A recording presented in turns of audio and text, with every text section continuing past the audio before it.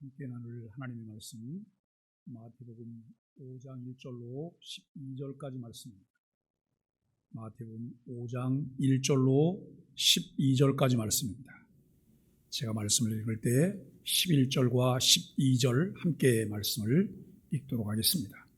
예수께서 무리를 보시고 산에 올라가 앉으시니 제자들이 나아온지라 입을 열어 가르쳐 이르시되 심령이 가난한 자는 복이 있나니 천국이 그들의 것이며 애통하는 자는 복이 있나니 그들이 위로를 받을 것이며 온유한 자는 복이 있나니 그들이 땅을 기업으로 받을 것이며 의에 줄이고 목마른 자는 복이 있나니 그들이 배부를 것이며 긍휼히 여기는 자는 복이 있나니 그들이 긍휼히 여김을 받을 것이며 마음이 청결한 자는 복이 있나니 그들이 하나님을 볼 것이며 화평케 하는 자는 복이 있나니 그들이 하나님의 아들이라 일컬음을 받을 것이며 의를 위하여 박해를 받는 자는 복이 있나니 천국이 그들의 것임이라. 나로 말미암아 너희를 욕하고 박해하고 거짓으로 너희를 거스려 모든 악한 말을 할 때에는 너희에게 복이 있나니 기뻐하고 즐거워하라. 하늘에서 너희의 상이 큼이라. 너희 전에 있던 선지자들도 이같이 박해하였느니라. 아멘. 이 시간에는 에이덴의 양상부리 하나님 앞에 찬양 드리겠습니다.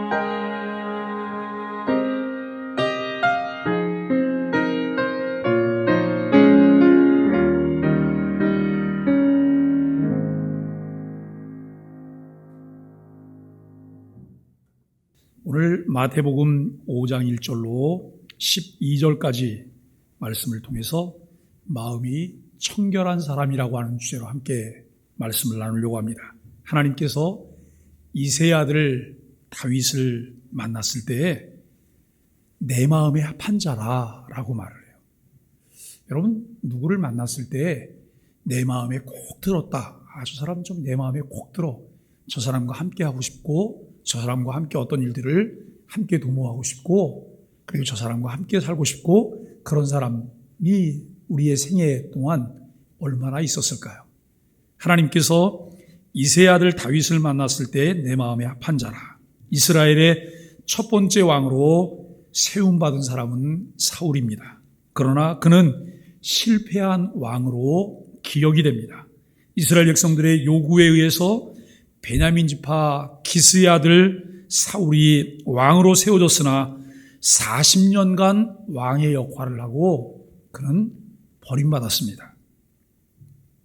왕으로 세움을 받았지만 결국 자신의 마음을 관리하지 못했기 때문에 하나님의 뜻에 합한 자로 살아갈 수가 없었습니다. 하나님께서는 그에게 선민 이스라엘의 왕으로 그의 백성들을 통해 하나님의 나라를 이루시려는 계획들을 그에게 위임해 주셨습니다.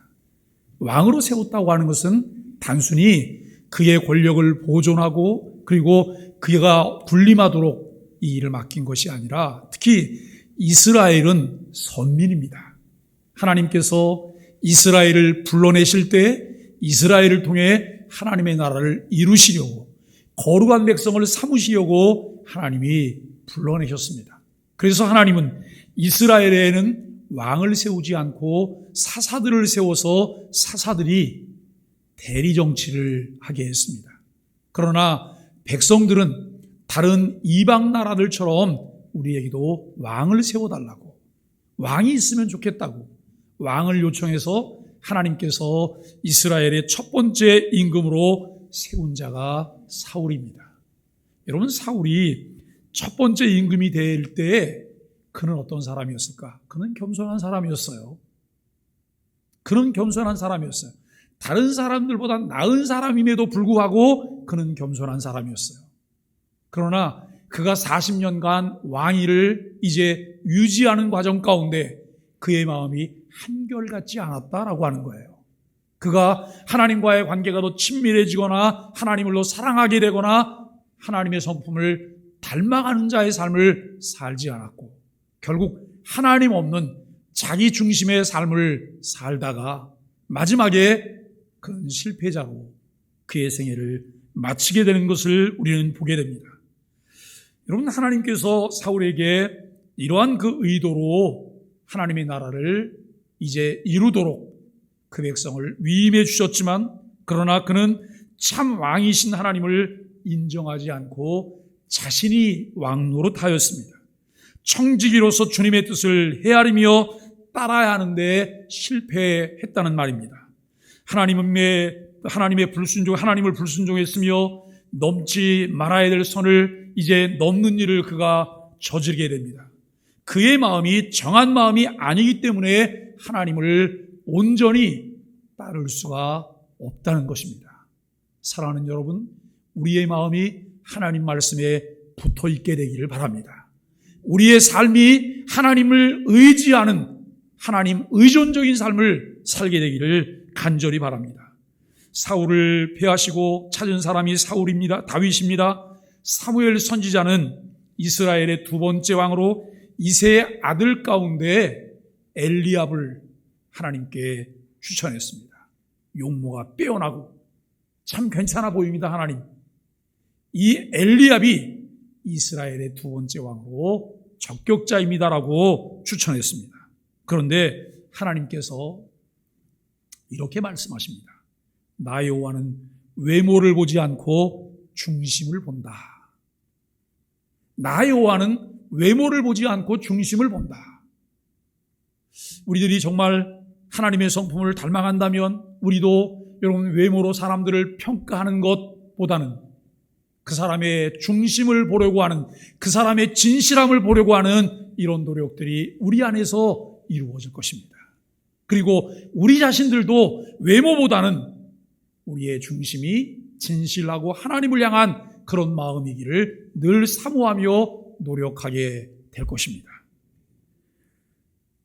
여러분, 그 하나님은 오늘도 변함없이 우리의 마음을 살펴보십니다. 예수님은 말씀하십니다. 마음이 청결한 자는 복이 있다. 산상수훈을 통해 팔복을 말씀하시는데 여러분, 축복의 핵심은 마음입니다. 심령이 가난한 자가 복이 있다고 첫 번째 복에서 말씀하셨던 주님께서는 오늘 본문을 통해서도 마음이 청결한 자가 복이 있다라고 말씀하십니다. 주님이 이렇게 말씀하시지 않았어요. 머리가 청결한 자가 복이 있다, 행위가 청결한 자가 복이 있다라고 말씀하시지 않았어요. 마음이 청결한 자가 복이 있다라고 말씀하십니다. 기독교는 윤리와 도덕도 중요하게 여기지만 단순히 윤리적이며 도덕적인 종교가 아닙니다. 예수님은 외모가 청결한 자가 복이 있다고도 말씀하시지 않았습니다. 율법을 잘 준수하며 열심히 의식에 참여하는 것도 중요합니다. 그것도 중요합니다. 그러나 기독교는 결코 율법에 머무는 종교가 아닙니다. 기독교는 마음의 종교입니다. 그래서 여러분, 우리가 말씀 중에 보면 성경은 만물보다 심히 부패한 것이 사람의 마음이라고 말합니다. 그렇기 때문에 마음의 변화를 받아 하나님의 선하시고 기뻐하시고 온전하신 뜻이 무엇인지 분별하도록 하라라고 로마서 12장을 통해 바울 사도는 말하고 있습니다. 하나님은 언제나 우리의 중심을 보십니다. 그 마음의 전 인격의 자소로서 마음의 변화가 없이는 사고의 변화나 행동의 변화를 기대할 수가 없습니다. 여러분, 어떻게 마음의 변화가 있을 수 있을까요? 그저 시간이 지나면, 교육을 잘하면 마음의 변화가 있을 수 있을까요? 그것이 어떤 부분부터는 가능해요. 그러나 어떤 부분 전에는 이것은 도무지 가능성이 없는 불가능한 일이라고 하는 것을 알게 됩니다. 왜냐하면 누구든지 그리스도 안에 있으면 새로운 피조물이라고 말을 해요. 그리스도 안에서 새로운 피조물이 되기 전까지는 그 다음에 점진적으로 성화가 된다고 하는 것을 기대할 수가 없습니다.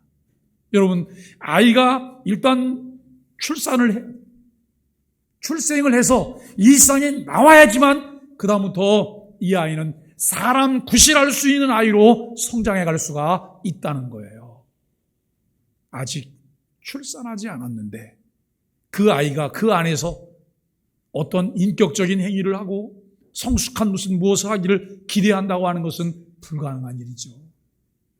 오늘 우리는 누구든지 그리스도 안에 있으면 새로운 피조물이라고 말씀합니다. 죄와 허물로 영원히 죽은 자들이기 때문에 자력으로 할 수 있는 것은 아무것도 없습니다.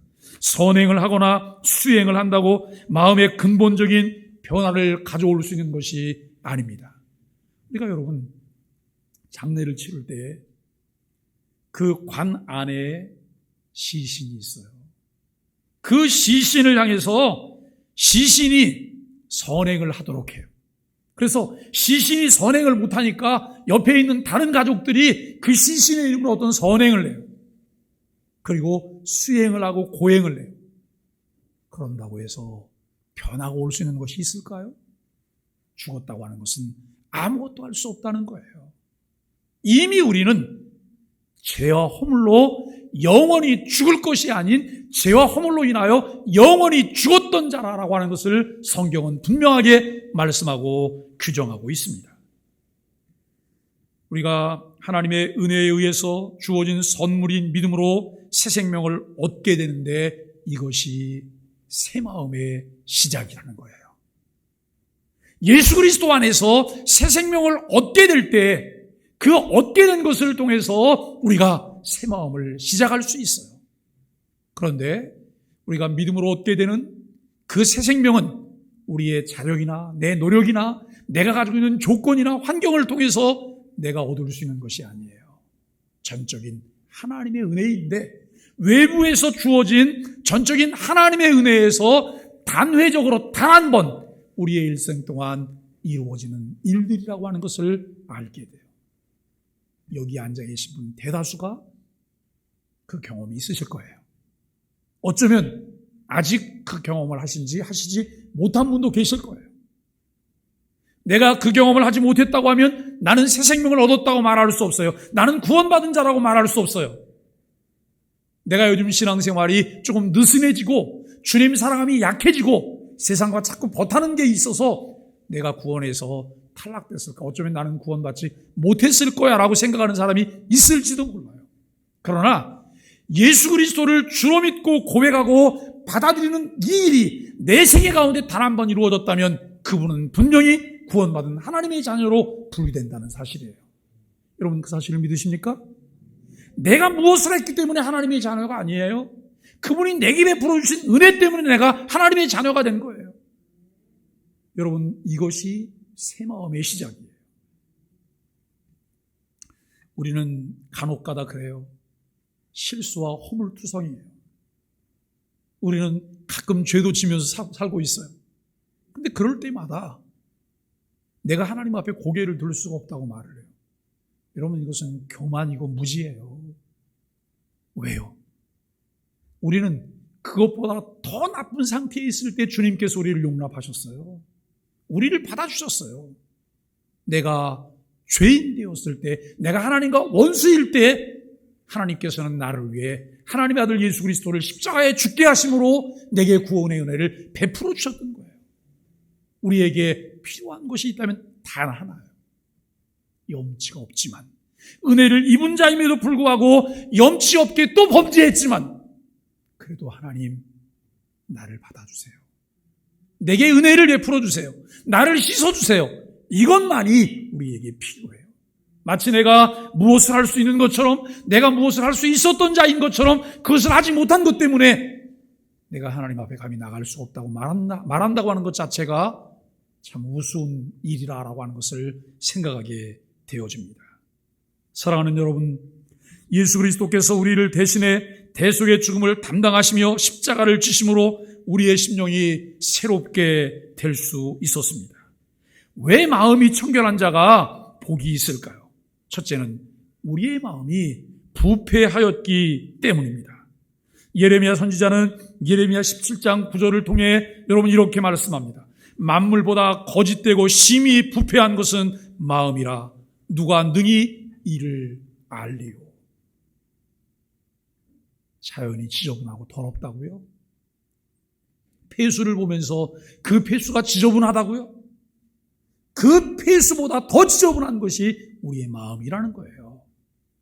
부패되어 있는 내 마음이라고 하는 것을 말씀하고 있습니다. 범죄 이후 에덴에서 이제 쫓겨난, 범죄 이후 에덴에서 쫓겨난 인간들은 하나님을 알되 하나님으로 영화롭게 하지도 아니하고 오히려 그 생각이 허망하여지며 미련한 마음이 어두워졌다라고 로마서 1장에서 말씀합니다. 그리스도를 알지 못하는 그리스도 밖에 있는 이방인들에 대한 영적 상태를 표현한 것입니다. 다른 모든 일에는 명석한 두뇌를 가졌기 때문에 분명하게 일처리를 하지만 하나님 앞에 영적인 사건을 만날 때에는 그들의 마음이 어두워져서 허망한 선택을 어처구니 없이 하게 된다는 거예요. 담임 목사가 교우들을 바라보면서 때로는 어처구니 없을 때가 있어요. 여러분 어처구니가 뭔지 아시죠? 어처구니. 우리 저 위에 있는 젊은 친구는 어처구니가 뭔지 아나요? 네, 어처구니는 맷돌로 콩을 갈잖아요. 맷돌을 돌릴 때 맷돌을 돌릴 수 있도록 만들어놓은 자루가 어처구니예요. 이 자루를 잡아야지만 맷돌을 돌릴 수가 있잖아요. 그런데 콩을 갈려고 갔더니 어처구니가 없는 거예요. 어처구니가 없으니 콩을 어떻게 갈아요? 맷돌을 돌릴 수가 없는 거죠. 참 어처구니 없는 선택들을 하시는 경우들을 보게 돼요. 이것을 보면 속상해요. 마음이 아파요. 또 한편은 이렇게 생각해요. 그게 우리의 수준이려니 라고 생각해요. 우리의 수준이려니, 우리의 수준이려니라고 생각을 하면 거기서부터 다시 시작하면 되는 거예요. 우리는 우리의 삶을 통해서 여러분 늘 생각합니다. 자연이라 말하기도 하는데 생태적인 인간의 마음은 이제 미련해서 어두움 가운데 있다고 성경은 말하고 있습니다. 인간의 부패한 마음에서 나오는 것을 마태복음 15장 19절에서 예수님은 이렇게 말씀해요. 마음에서 나오는 것은 악한 생각과 살인과 간음, 음란과 도둑질과 거짓 증거와 회방이니 이런 것들이 사람을 더럽게 하는 것이요 씻지 않은 손으로 먹는 것은 사람을 더럽게 하지 못하느니라 라고 말을 합니다. 주님은 인간의 외적인 것보다 마음의 정결함을 원하십니다. 이미 죄와 허물로 죽은 자들이기 때문에 생내적인 청결함을 말하는 것이 아니고, 만일 생내적인 청결함을 말하는 것이라면 우리 모두가 해당 없음이라고 말을 해야 합니다. 청결하지 못한 자이나 그리스도에 의해서 청결할 수 있으니 모든 사람들이 소망을 갖게 된 것입니다. 우리의 마음이 죄와 허물로 부패되었고 죽은 상태이기 때문에 청결해져야 합니다. 두 번째로, 구원받은 자로서 하나님과 교제하기 위해서입니다. 거룩하신 하나님은 죄를 용납하지 않으시는 공의의 하나님이십니다. 하나님을 사랑의 하나님이라고, 어느 때는 하나님을 공의의 하나님이라고, 어느 때는 심판하시며 징벌하시는 하나님이라고 이렇게 말을 해요. 그런데 사랑의 하나님, 심판하시며 징벌하시는 하나님, 이 모든 것을 포함한 우리가 하나님의 성품을 말할 때 공의의 하나님이시다라고 말씀하세요. 점진적 성화의 삶은 내주하시는 성령님과 교제를 통해서 우리를 점점 더 예수님의 인격과 삶을 닮아가게 하십니다. 세월이 가면, 시간이 약이고 세월이 약이고, 이 세월이 가면 점점 더 무르익어서 예수 그리스도를 닮아갈 수 있다면 얼마나 좋겠어요. 시간만 보내면 되잖아요, 그러면. 그런데 틀림없이 시간 속에서 그 부분들이 이루어지나 모든 사람들에게 한결같이 시간 속에서 그 일이 이루어지는 것은 아니라는 거예요. 우리가 오늘 세 번째 주일이죠. 다음 주일 오후는 오후 예배 형태가 조금 달라진 그런 형태의 모임을 우리가 하나 하게 될 거예요. 이것이 뭐냐면, 우리가 지난 주간에 말씀을 묵상했던 출애굽기 19장 뒷부분인가요? 그 뒷부분에 있는 말씀, 이드로에 관한 이제 그 말씀들을 함께 공유하고 나누고 조별로 토론하고 그리고 조가 나와서 발표하고 이런 형식의 모임을 가질 거예요. 조를 6개 조로 짰어요.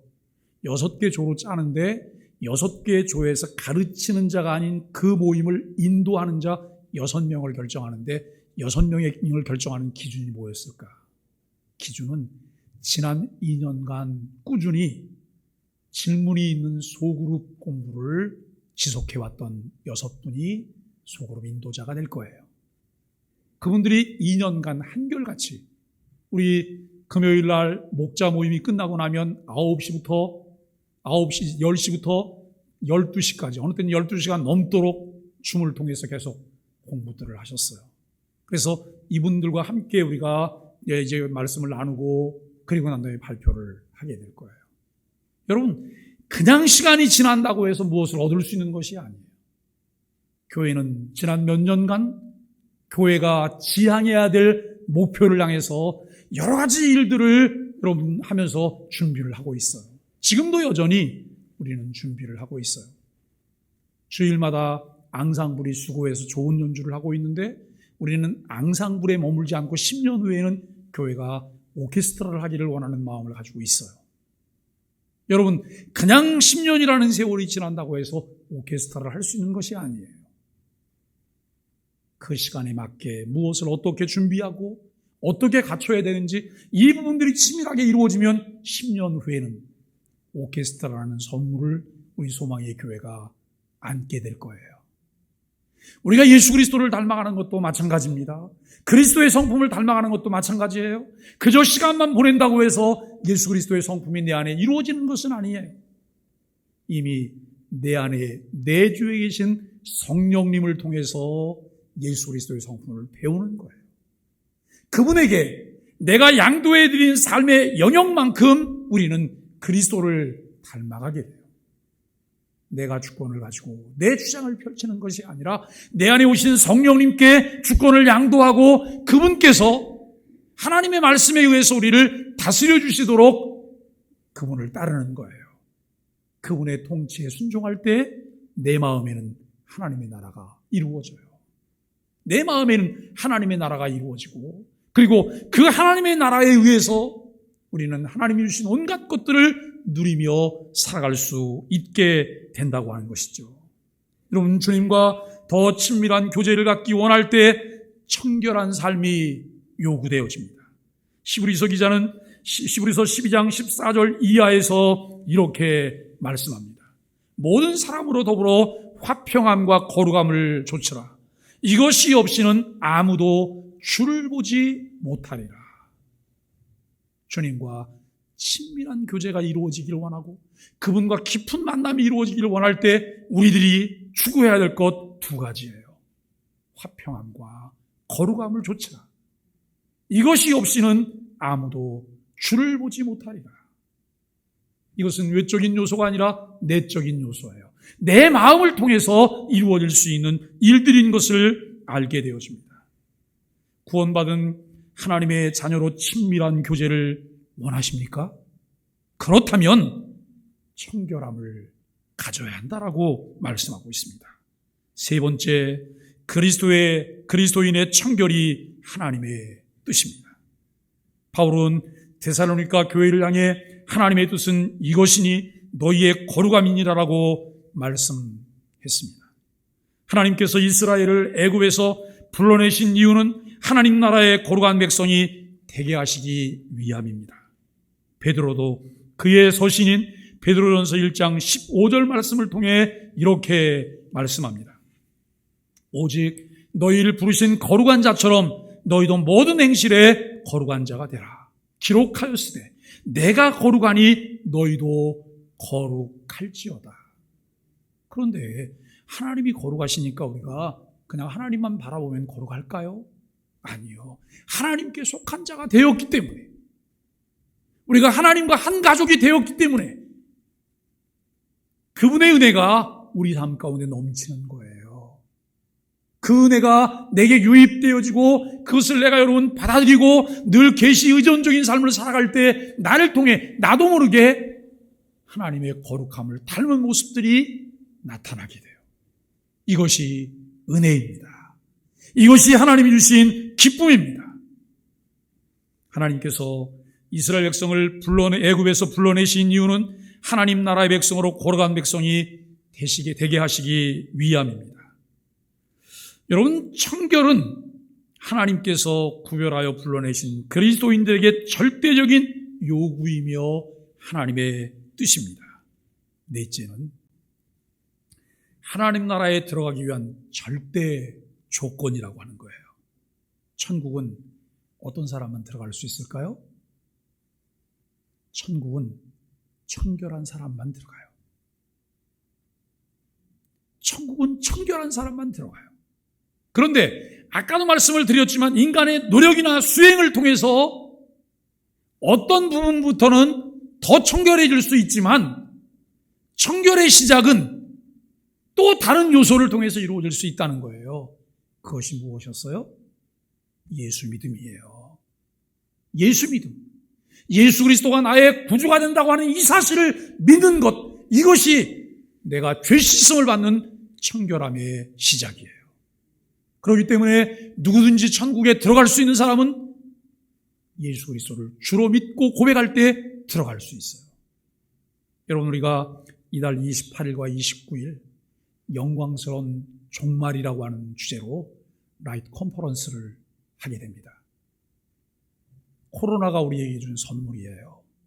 서울 어느 한 곳에서 강사들이 모여서 컨퍼런스를 진행하고 우리는 여기에서 각기 전 세계에서 있는 곳에서 함께 참여를 하게 돼요. 그런데 우리가 이 종말을 말할 때 왜 영광스러운 종말을 말할까요? 많은 사람들이 종말이라고 하는 것을 생각하면 먼저 마음에 딱 떠오르는 것이 두려움과 공포예요. 두려움과 공포. 그런데 이 종말이라고 하는 것은 두려움과 공포가 아닌 사람들도 있단 말이에요. 우리가 여러분 올림픽에서 경기를 치르고 나서 시상식을 해요. 시상식을 하는데 꽤 많은 선수들은 시상식 자체가 본인들에게는 불편함일 수 있어요. 그런데 시상식 자체가 영광스러운 시상식인 사람들이 있잖아요. 어떤 사람들이요? 입상자요. 입상자들이에요.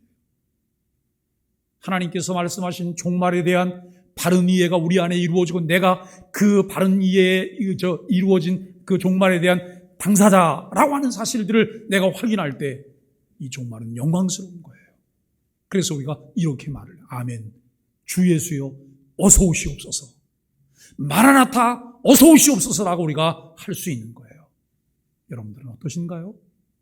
아, 주님 왜 벌써 와요? 조금만 더 있다 오세요. 그리고 사나 바이야 나를 가려다오. 이렇게 우리가 말을 해야 되는 자리에 있다고 한다면 이 종말은 영광스럽지 않아요. 하나님 나라에 들어가기 위한 절대 조건이 청결이라고 하는 것을 우리는 생각을 해요. 베드로전서 1장 4절 말씀에서는 이렇게 말씀해요. 썩지 않고 더럽지 않고 쇠하지 아니하는 기업이 있게 하시나니 곧 너희를 위하여 하늘에 간직하신 것이라 라고 말을 해요. 여러분 요한도 요한계시록 21장 27절 말씀을 통해 천국을 이렇게 설명을 해요.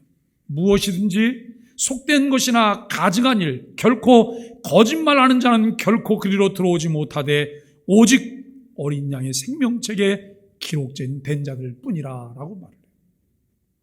그러니까 여기에서 정말 중요한 것은 어린 양의 생명책에 기록되는 사람들이 어떤 사람들일까요? 어린 양의 생명책에 기록되는 사람들이 어떤 사람들일까요? 예수 그리스도를 주로 믿고 고백한 사람들이에요. 예수 그리스도를 주로 믿고 고백함으로 내가 허물과 죄로 인해서 영원히 죽었던 그 죄가 예수 그리스도께서 대속의 죽음을 통해 대신 짊어지셨다고 하는 이 효력을 입게 된 자들이라고 하는 거예요. 별로 마음에 느낌이 없으세요? 내가 그 사람일까 아닐까? 지금 이런 생각을 하시나요? 예수 그리스도를 주로 믿고 고백하고 있다면 분명히 우리는 그 사람이에요. 그런데 그 이후에 우리는 여전히 또 죄를 짓고 있잖아요. 여전히 죄를 짓고 있지만 그것이 천국을 결정하는데 영향을 줄 수 있는 문제가 아니라는 사실이에요. 우리에게 내주 계시는 성령님을 통해 점진적 성화를 이끌어 가시는 이유가 무엇일까요?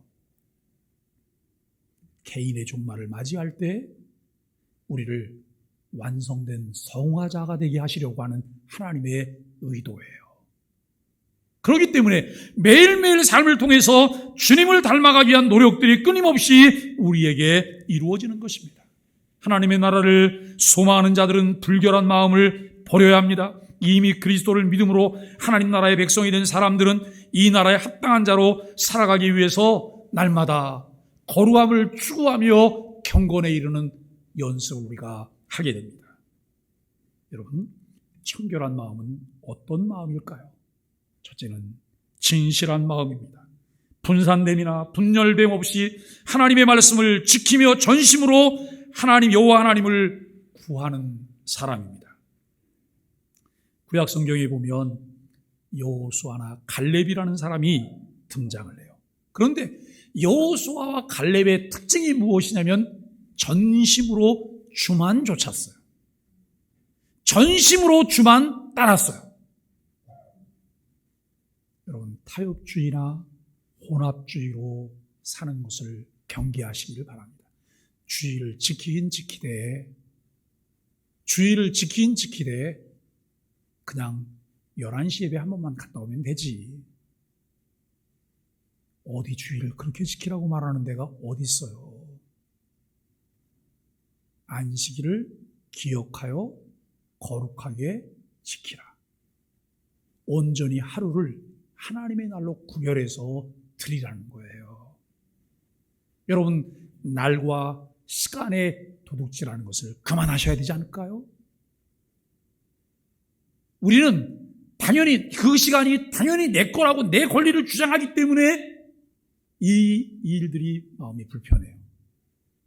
내 마음대로 취사 선택을 한다 이 말이에요. 오늘 예배를 갈 것인지 말 것인지 그것을 선택할 수 있는 권리가 내게 없어요. 그것은 누구에게 있어요? 주에게만 있어요. 내게 요구되는 것은 주의 선택에 순종하는 것뿐이에요. 이것이 주일에 관한 약속이며 개념이에요. 우리가 여러분 주일날 일을 할 수밖에 없는 사람들도 있어요. 그날 벌지 않으면 그 다음날 먹을 것이 없는 분도 있어요. 그런데 1년 전에도 10년 전에도 똑같고 앞으로 20년 후에도 똑같이 그렇게 살 거라고 하면 이것은 죄를 짓는 거예요. 기도하셔야 되잖아요. 하나님, 주일을 주일답게 지킬 수 있는 환경을 내게 주세요. 주일을 주일답게 지킬 수 있도록 나에게 복을 주세요. 이 기도 우리가 해야 되잖아요. 그런데 생각이 없어요. 당연한 것처럼 생각해요. 사랑하는 여러분, 여호수아와 갈렙은 온전히 주만 쫓았습니다. 다윗은 그렇게 많은 실수와 허물이 있었지만 하나님께서 내 마음에 꼭 맞는 사람이라고 하셨던 이유가 무엇일까요? 다윗은 한 마음으로 하나님을 찾았으며 전심으로 주님을 구했기 때문입니다. 두 번째로 청결한 마음이 어떤 마음일까요? 예수님의 마음입니다. 예수님에 대해서 히브리서 기자는 악이 없고 더러움이 없는 마음을 가진 분이라고 소개합니다. 우리가 여러분 불렀던 이 복음성가 중에는 이런 노랫말을 가진 복음성가가 있어요. 사랑의 주님 닮기 원하니 그 아름다운 주 예수를 이 세상에서 저 천국까지 닮기 원하네 주 예수님. 저와 여러분들이 이런 소망을 갖고 살아가게 되기를 바랍니다. 우리가 예수님을 흉내낸다고 예수님을 닮을 수 있는 것이 아닙니다. 예수 그리스도를 주와 그리스도로 받아들일 때 예수님은 성령님을 통해서 우리 안에 예수님의 모습을 닮아가게 하십니다.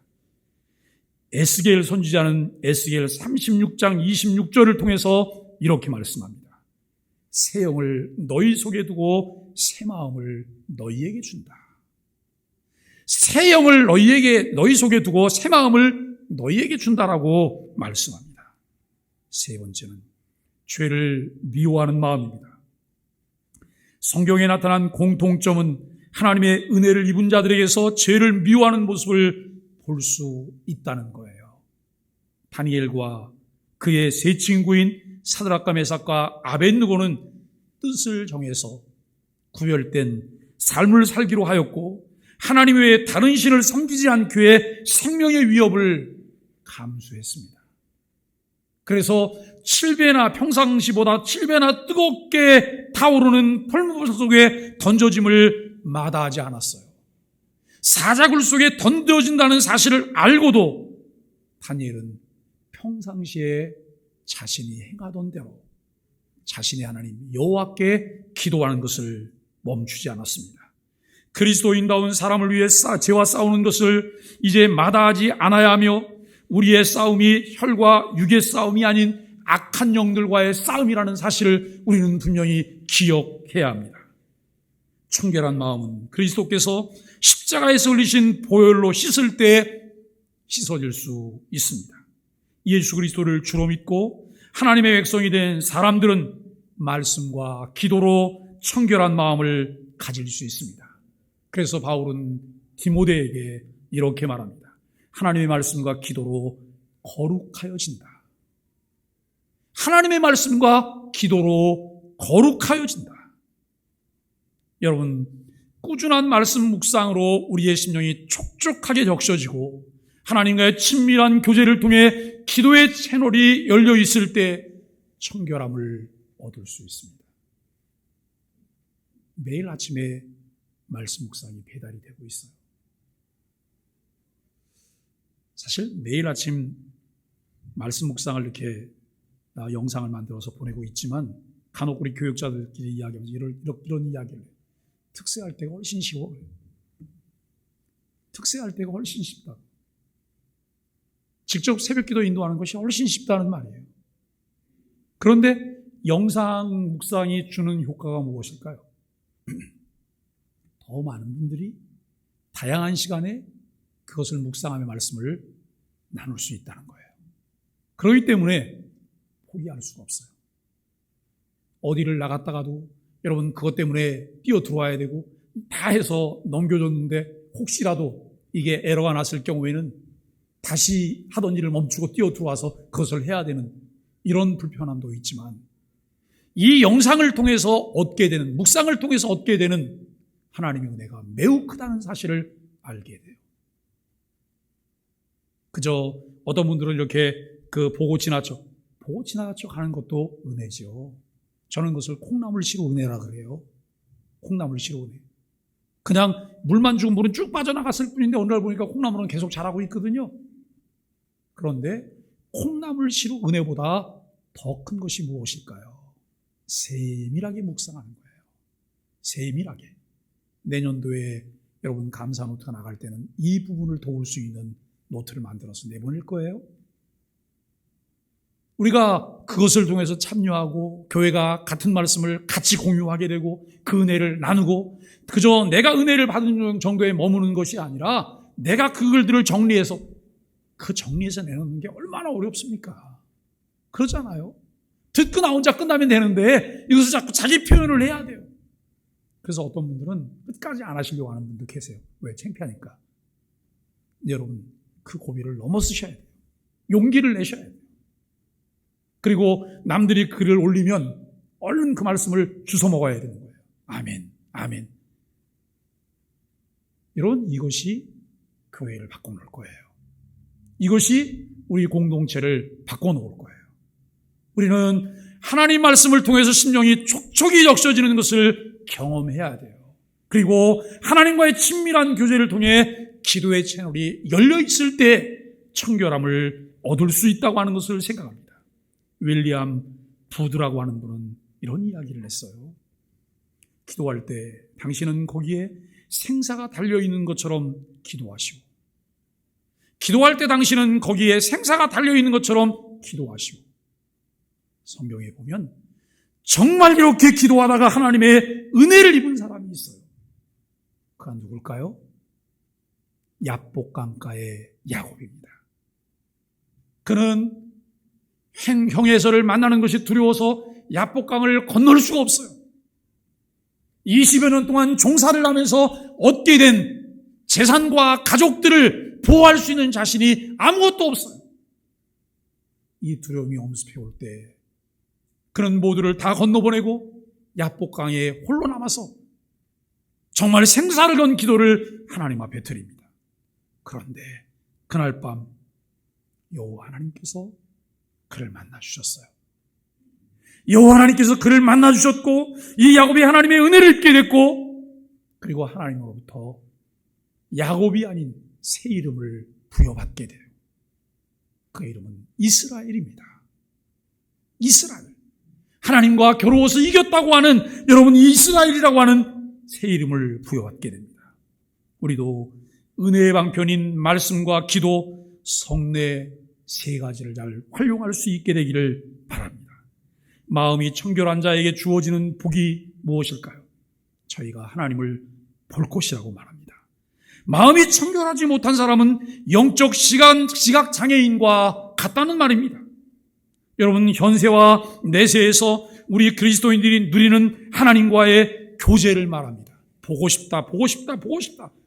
이 말은 교제하고 싶다는 말이에요. 나는 당신과 교제하고 싶다는 말이에요. 잠언 기자는 잠언 13장 20절을 통해서 이렇게 말을 해요.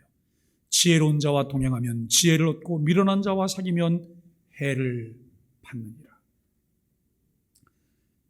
담임 목사는 교회에서 끊임없이 공을 굴리는 일을 해요. 공을 굴려요. 무슨 공을요?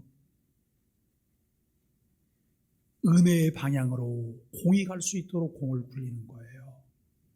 환경을 바꾸고 분위기를 바꾸고. 왜냐하면 그렇게 바꿔내야지만 주변에 있는 사람들이 함께 은혜를 입으며 갈 수 있기 때문에. 그런데 공을 굴리려고 하는데 공을 굴러가려고 하면 뭔가 걸림돌이 하나씩 거치는 것들이 있어서 이것 때문에 공이 잘 굴러가죠. 정말 죽을 힘을 다해서 또 그걸 굴려내면 또 다른 거친 걸림돌이 있어요. 여러분, 이와 같은 일들이 있지만 결국은 공을 굴려내야 되는 거예요. 왜요? 그것이 하나님이 원하시는 것이기 때문에. 여러분, 우리가 어떻게 교제권을 형성할까 생각을 해보세요. 누구와 우리가 많은 시간을 보내야 할까? 저는 우리 소망의 교회 공은 이미 긍정적인 방향을 향해서 굴러가고 있다고 하는 것을 확신하고 있어요. 점점 더 상황이 나아질 거예요. 이제 조금 더 지나면 여러분, 여기에 시너지 효과들이 나타나는 부분들이 있을 거예요. 코로나 때문에 많은 어려움을 겪지만 코로나 상황 속에서 하나님께서는 많은 부분들을 우리에게 주셨고 준비할 수 있는 시간들을 주셨어요. 우리가 이번에 교육자 워크숍을 통해서도 코로나 이후 위드 코로나가 되면 그때 교회가 어떻게 대처를 해야 될 것인가에 대한 고민들, 답이 없어요, 솔직히. 왜냐하면 베이스가 아직 부실한 부분이 많기 때문에요. 베이스가 부실한 부분이 많기 때문에. 그러나 베이스가 부실하다고 해서 좌절하거나 낭망하거나 포기할 수 있는 것은 아니에요. 반드시 가야 되는 거예요. 반드시 가기 위해서 우리들이 하나님의 은혜가 필요해요. 우리 성도들의 협력이 필요하고 같은 마음으로 마음을 모아가는 것이 필요해요. 하나님과 친밀한 교제를 나누며 모든 교우들과 폭넓은 교제 속에서 예수 그리스도의 인격을 닮아갈 수 있게 되기를 바랍니다. 사랑하는 소망의 가족 여러분, 우리에게 청결한 마음을 주시려고 십자가의 죽음을 마다하지 않으시고 온전히 순종하셨던 주 예수 그리스도를 바라볼 수 있기를 바랍니다. 그분을 주와 그리스도로 믿게 된 것을 하나님께 감사합시다. 이제 하나님의 나라의 백성이 되었으니 매일매일 삶 속에서 말씀과 기도로 또 예배를 통해서 거룩한 삶을 살아가게 되기를 예수 그리스도의 이름으로 간절히 축복합니다.